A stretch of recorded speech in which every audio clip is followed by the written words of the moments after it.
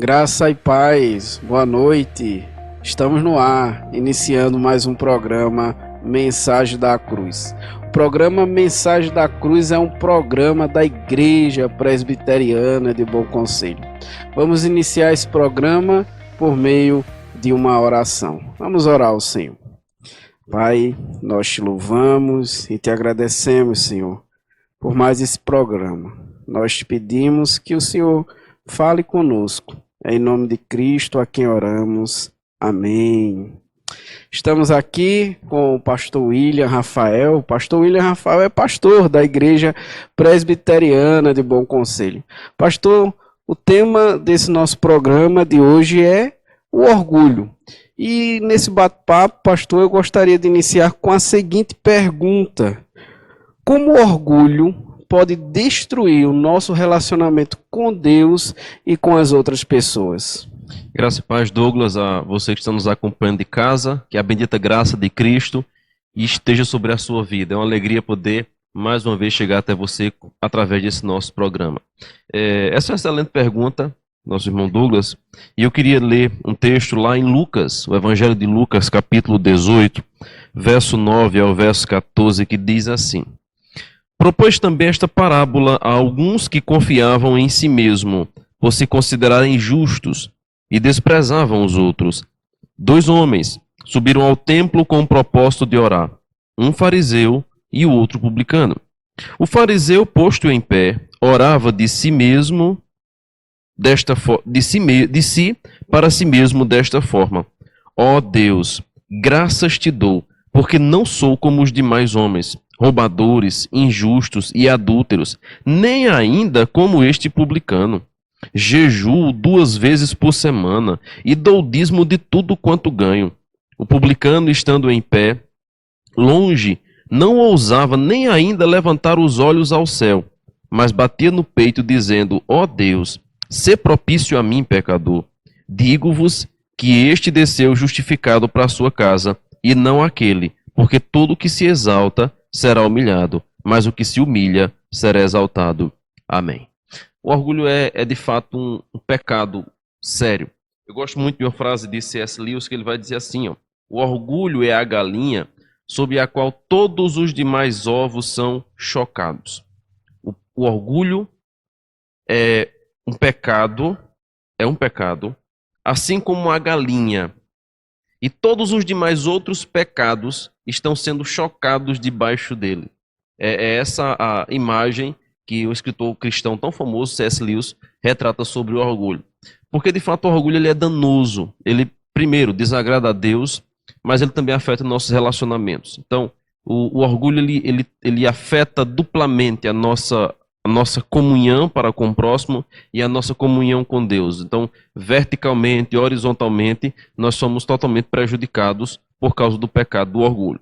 Aqui no texto que acabamos de ler, nós temos o próprio Cristo falando em parábola sobre alguém que confiava em si mesmo.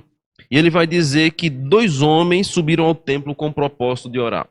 O primeiro orava e dizia: Deus, eu te agradeço porque eu não sou como os demais homens. Eu não sou roubador. Eu não sou injusto. Eu não faço o que os outros fazem. Graças te dou, Deus, porque eu sou uma pessoa maravilhosa.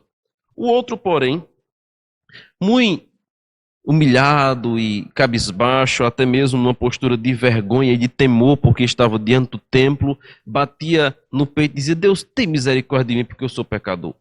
A imagem aqui é muito clara. Alguém que se aproxima diante de Deus de maneira presunçosa, orgulhosa, que se acha merecedor, que se acha mais digno, que se acha mais puro, e alguém que reconhece os seus pecados, que reconhece suas falhas.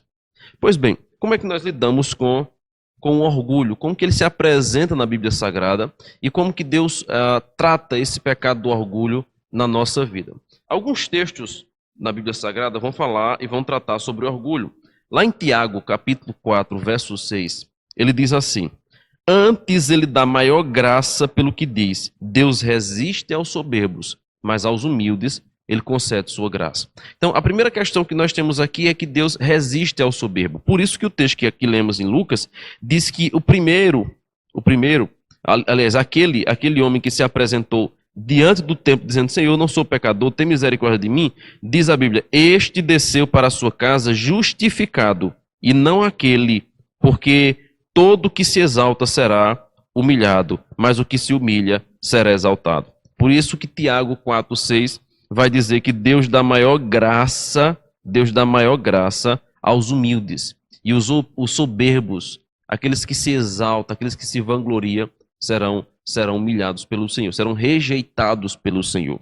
Além disso, lá em 1 Pedro, capítulo 5, versículo 5, o apóstolo Pedro traz-nos uma recomendação de como que nós devemos tratar o pecado do orgulho na nossa vida. E Pedro vai dizer assim: cingivos de toda humildade, cingivos todos de humildade, porque Deus resiste aos soberbos, contudo, aos humildes concede sua graça.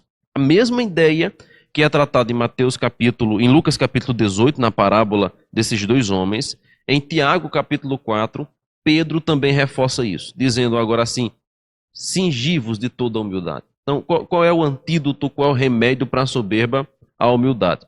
Reconhecer que nós não somos nada, reconhecer que tudo que nós temos vem da mão do Senhor, porque o orgulho, ele se apresenta exatamente assim, ele é a ilusão de que as nossas realizações são prioritariamente resultado dos nossos próprios feitos. Então nós achamos que tudo que a gente está realizando, tudo que nós conquistamos, isso é resultado direto da nossa capacidade de fazer e de possuir e de conquistar.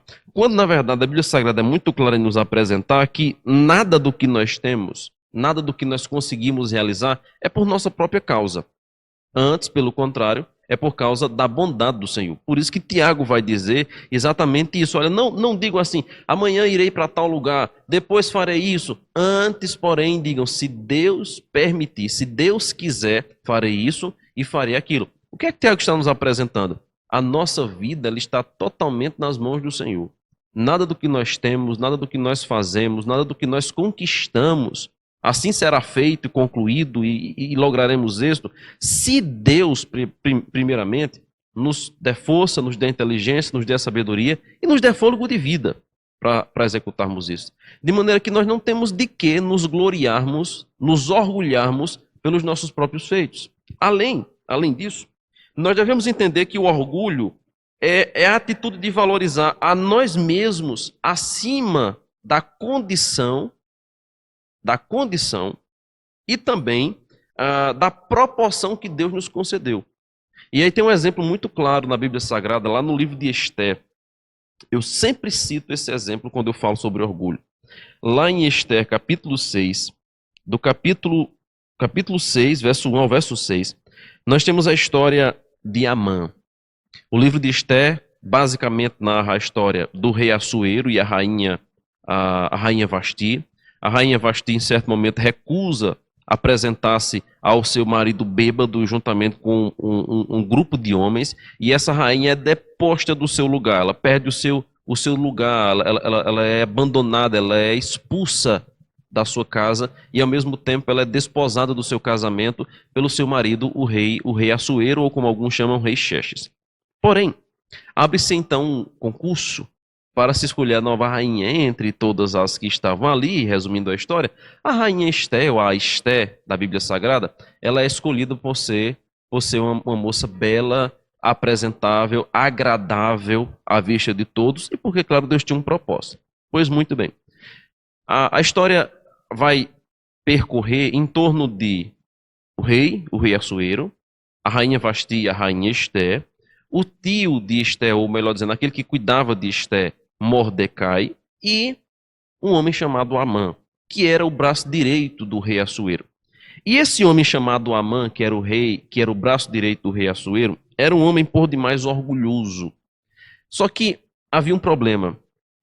Amã, o seu braço direito do rei, não queria apenas liderar o domínio da Pérsia, não queria apenas liderar as províncias e as cidadelas que faziam parte desse domínio do reino da Pérsia, mas ele queria também que as pessoas o adorassem, o venerassem, o reconhecessem, o exaltassem, aquele desejo de exaltação que todo soberbo tem, quer ser elogiado, quer ser bajulado, quer ser colocado lá nas alturas.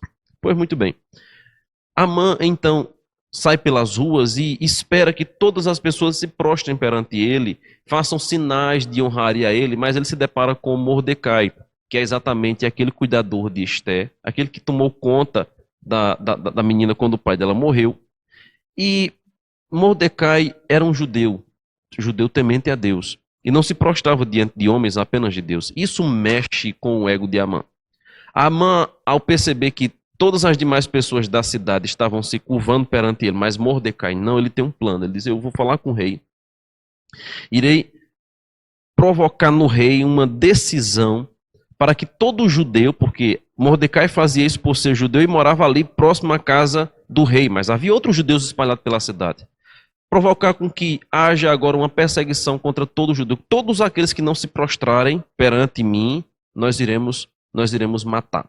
Pois muito bem, ele prepara um edito, ele prepara uma publicação e tudo mais. E certo dia, então, o rei Assuero vai dormir, mas não consegue, perde o sono. E o capítulo 6, então, diz que naquela noite o rei Assuero não pôde dormir e mandou, então, trazer o livro dos feitos memoráveis, e nele se leu diante do rei. Achou-se escrito que Mordecai é quem havia denunciado a Bigtã e Teres, os dois eunucos do rei, guardas da porta, que tinham procurado matar o rei Assuero. Então disse o rei: que honras e distinções se deram a Mordecai por isso? Nada lhe foi conferido, responderam os servos do rei que o serviam. Perguntou o rei: quem está no pátio? Ora, Amã, aquele Amã que eu acabei de mencionar, tinha entrado no pátio exterior da casa do rei para dizer ao rei que se enforcasse a Mordecai na forca que ele, Amã, lhe tinha preparado. Os servos do rei lhe disseram: Amã está no pátio. Disse o rei que entrasse. Entrou Amã. O rei lhe disse: que se fará ao homem a quem o rei deseja honrar? Então Amã disse consigo mesmo, veja, ele pensou consigo mesmo: de quem se agradaria o rei mais do que a mim para honrá-lo? Amã estava tão cheio de si, no seu desejo absurdo, na sua ganância por poder, por honra, por reconhecimento, diante do seu muito orgulho, que ele queria que o rei matasse Mordecai. Ele não estava contente apenas com a humilhação, ele queria matar aqueles que não se prostravam diante dele, especialmente Mordecai, porque parece que Mordecai incomodava ainda mais ele por ser um judeu temente a Deus e que não se prostrava. Porém, Deus, na sua soberana providência, na sua graça bendita, faz com que o rei perca o sono. E quando o rei perde o sono, Deus providencialmente prepara para ele uma porção da história do seu próprio reino que nem ele sabia. Que Mordecai, por estar muito próximo ao palácio, sempre vigiando a sua amada Esté, havia visto a trama de dois eunucos para matarem o rei. E ele, ao ver que dois eunucos tramavam matar o rei, ele denuncia isso. Porém, o rei nunca tomou conhecimento dessa situação. E é nessa hora, então, que Deus graciosamente prepara para que Mordecai seja honrado pelo rei Assuero. Mas eu quero chamar a sua atenção, dentro de toda essa história, para o seguinte: Amã estava tão cheio de si, que na hora que o rei pergunta: o que é que eu devo fazer, o que é que o rei deve fazer a alguém para com quem ele se agrada? Diz o versículo 6 que Amã diz consigo mesmo: de quem se agradaria o rei mais do que eu para honrá-lo? Veja o que o orgulho faz na vida de alguém. O orgulho faz com que nós olhemos para nós mesmos e venhamos a nos colocar numa posição super elevada e mais. Faz com que nós venhamos agora a aspirar com que os outros também nos coloquem nesta posição. Por isso que o orgulho ele afeta o nosso relacionamento com Deus e o nosso relacionamento com o próximo. Porque nós nos achamos grandes e nos achamos alguém especial, merecedor, alguém extraordinário, e nos colocamos isso numa posição mais elevada. E ao mesmo tempo esperamos que os outros façam isso para conosco. Por causa disso, então, o orgulho afeta, primeiro, o nosso relacionamento com Deus. Lucas 18, que lemos inicialmente, nos apresenta isso. Aquele publicano, aquele orgulhoso que chega, o fariseu que chega diante de Deus orgulhoso, não é ouvido. Mas, ao mesmo tempo, O orgulho faz com que a gente olhe para as outras pessoas e faça com que elas, ou espere com que elas, venham nos elogiar. Então, todo orgulhoso espera elogios acima e além da conta e acima e além do que merece. Quando não conseguem isso, se autoelogiam. E aí tem até um texto de Provérbios, eu acho que é Provérbios 22, verso 6, se não me falha a memória, que diz assim: não seja o teu próprio lábio que te louve, mas o de outros. Ou seja, eu não devo louvar a mim mesmo. Se alguma virtude, se algum louvor, se há alguma coisa que haverá de ser pronunciada a meu respeito, que isso venha dos outros de maneira espontânea, não de mim mesmo. Porque o orgulho faz com que a gente se considere além e acima da nossa condição e proporção, e faz com que a gente aguarde que os outros nos coloquem nessa estatura de superioridade, quando na verdade nós não somos nada disso. Nós não temos motivo para nos orgulharmos de absolutamente nada. Nós somos pecadores, nós somos necessitados. Salmos 40, verso 17. Eu acho belíssima a oração que Davi faz naquele salmo. Lá no finalzinho, quando ele diz assim: eu sou pobre e necessitado, porém o Senhor cuida de mim. E aqui fica uma pergunta: quem era Davi quando escreveu aquele salmo? Ele era rei de Israel. Davi não era pobre financeiramente. Davi não era necessitado financeiramente. Mas quando ele se apresenta em oração diante de Deus, ele diz: eu não sou nada. Eu sou pobre e necessitado. Porém, Deus é aquele que se compadece de mim. Ele é o nosso libertador, ele é o nosso amparo, ele é o nosso refúgio. Então, nós dependemos do Senhor, nós não temos motivo para nos orgulharmos. A soberba, o orgulho, é um pecado que gera vários outros pecados na nossa vida, afeta o nosso relacionamento com Deus e, naturalmente, Douglas, afeta o nosso relacionamento com as pessoas. Não tem nada pior do que conviver com alguém orgulhoso. É algo terrível. E mais, isso não tem a ver com dinheiro. Isso tem a ver com a posição. Não é porque você tem muito dinheiro que você vai ser orgulhoso. Eu conheço, assim, uma infinidade de pessoas que não têm absolutamente nada, mas que são extremamente orgulhosas, porque o orgulho é um pecado do coração. E é no coração que nós precisamos tratar esse nosso pecado. Amém, pastor. E sobre esse tema, pastor, o orgulho, quando o diabo ele quer derrubar o homem, ele não é tanto a questão dos dons, mas do elogio, né? Isso. Então, geralmente o orgulhoso ele cai pela lábia, né, pastor? Exatamente.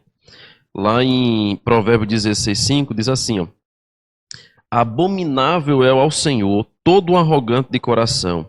É evidente que não ficará impune. Há algo interessante na vida de quem age com orgulho. Eu gosto muito de uma frase de Thomas Carlyle, que diz assim: para cada 100 pessoas que podem lidar com a adversidade, há somente uma que pode lidar com a prosperidade. É muito fácil lidar com a adversidade, com os problemas, com as dificuldades da vida. Mas nosso grande desafio é lidarmos com a prosperidade, com o sucesso, com o elogio. Então, nós precisamos atentar com isso. Então, é preciso ter muito cuidado com os elogios, como você bem mencionou, porque ele revela o nosso comportamento. É preciso ter muito cuidado com as honrarias. Então, o orgulho ele é o que está em nosso coração, mexe com o nosso ego. E nós precisamos tratá-lo à luz da Bíblia Sagrada, sempre com uma porção de humildade. Cingivos de toda a humildade, porque Deus resiste. Veja, o próprio diabo caiu por causa do seu orgulho. Ele tentou ser igual a Deus. Ele tentou ser igual ao Senhor e Deus o expulsou do céu. Quando ele chega aqui na terra, qual é o pecado, ou qual é a tentação, em que sentido, melhor dizendo, gira a tentação do diabo ao homem? No dia que vocês comerem desse fruto, vocês serão igual a Deus. Então, qual foi a primeira coisa que o diabo atinou ou atentou para o coração de Eva? Eva, você vai ser igual a Deus. Veja, imagine você que está nos ouvindo de casa, nos assistindo aqui pelo YouTube, recebendo uma proposta. Rapaz, olha para Deus. Vê o nível de elevação dele. Vê a grandiosidade dele. Olha para este homem. Olha para este ser. se você comer desse fruto, você vai sentar naquele trono. Você vai ser igual a ele. Essa é a natureza do pecado do diabo. Ou a natureza da tentação do diabo, melhor dizendo. O diabo é tão ousado que quando vai tentar Jesus, o que é que ele diz? Tudo isso te darei se prostrado me adorares. Veja que a tentação para a soberba, para o orgulho, para a grandiosidade, sempre vai fazer parte das estratégias de Satanás. Então tome muito cuidado com a tentação do orgulho, da soberba, da grandeza e da influência. Muito cuidado. É fácil lidar com as adversidades, mas nem sempre nós sabemos lidar com a prosperidade. Por isso que é uma frase muito comum. Quer saber quem é quem? Dê poder. E aí você vai saber quem é aquela pessoa. Muitas vezes o orgulho revela exatamente isso que é em nosso coração. Quando ganhamos uma porção de poder, esse orgulho ele é revelado e é aflorado. Então que Deus tenha misericórdia de nós, de mim, de você que está nos acompanhando de casa, para que nós não sejamos orgulhosos em absolutamente nada. Em absolutamente nada. Nós não somos merecedores de nada, nós não somos dignos de nada, nós somos apenas dignos de clamarmos ao Senhor misericórdia e piedade. Não é nem digno a palavra, acho que essa palavra é equivocada nesse sentido que eu quero falar. Nós não somos nem dignos, melhor dizendo, de clamarmos ao Senhor alguma coisa, por causa da grandiosidade do nosso pecado. Por isso que aquele homem chega diante de Deus, Deus, tem misericórdia de mim, porque eu sou pecador. Que possamos nos apresentar diante de Deus com um coração sincero, quebrantado, humilde, porque Deus concede sua graça aos humildes. Amém, pastor. Que possamos fazer a oração do salmista, né? Que não seja soberbo meu coração. É verdade. E nem altivo o nosso olhar. Perfeitamente. Então, estamos assim encerrando mais um programa, Mensagem da Cruz, e eu gostaria de convidar vocês que estão nos acompanhando para que possa estar juntamente conosco aqui nos nossos cultos, nas nossas reuniões. Nas quartas-feiras, às 19h30, nós temos a nossa reunião de oração e de doutrina. No domingo pela manhã, às 9h30 da manhã, nós temos a nossa escola bíblica dominical. E à noite nós temos o nosso culto às 18h30. Então, venha e possamos juntos adorar ao Senhor. Então, gostaria de agradecer a todos vocês que estão nos acompanhando e gostaria de pedir ao pastor que fizesse uma oração assim, encerrando o nosso programa. Vamos orar. Senhor amado, muito obrigado por esse instante. Pedimos a Ti, meu Pai, perdão pelas vezes que o nosso coração criou alguma atitude soberba, orgulhosa, e por todas as vezes que pensamos a nosso respeito algo além e acima da condição e proporção que Deus nos deu. Nos ajuda, Senhor. Nos ajuda a andarmos em humildade, em sinceridade de coração. Nos ajuda, Senhor, a reconhecer a nossa fraqueza, as nossas debilidades e a nossa total dependência de Ti. Tira de nós todo orgulho, tira de nós toda altivez. Dá-nos um coração semelhante ao de Cristo, que Ele, sendo o Deus de toda glória, mesmo tendo toda a autoridade sobre os céus e a terra, não usurpou o fato de ser igual a Deus, antes se despiu de toda a sua glória e habitou entre nós. Se fez semelhança de homem para sofrer as nossas dores, para carregar as nossas dores e morrer na cruz em nosso lugar. Dá-nos, ó Deus, o mesmo sentimento que houve em Cristo Jesus. Tem misericórdia de nós e daqueles que nos assistem e nos ouvem. Em nome de Cristo Jesus. Amém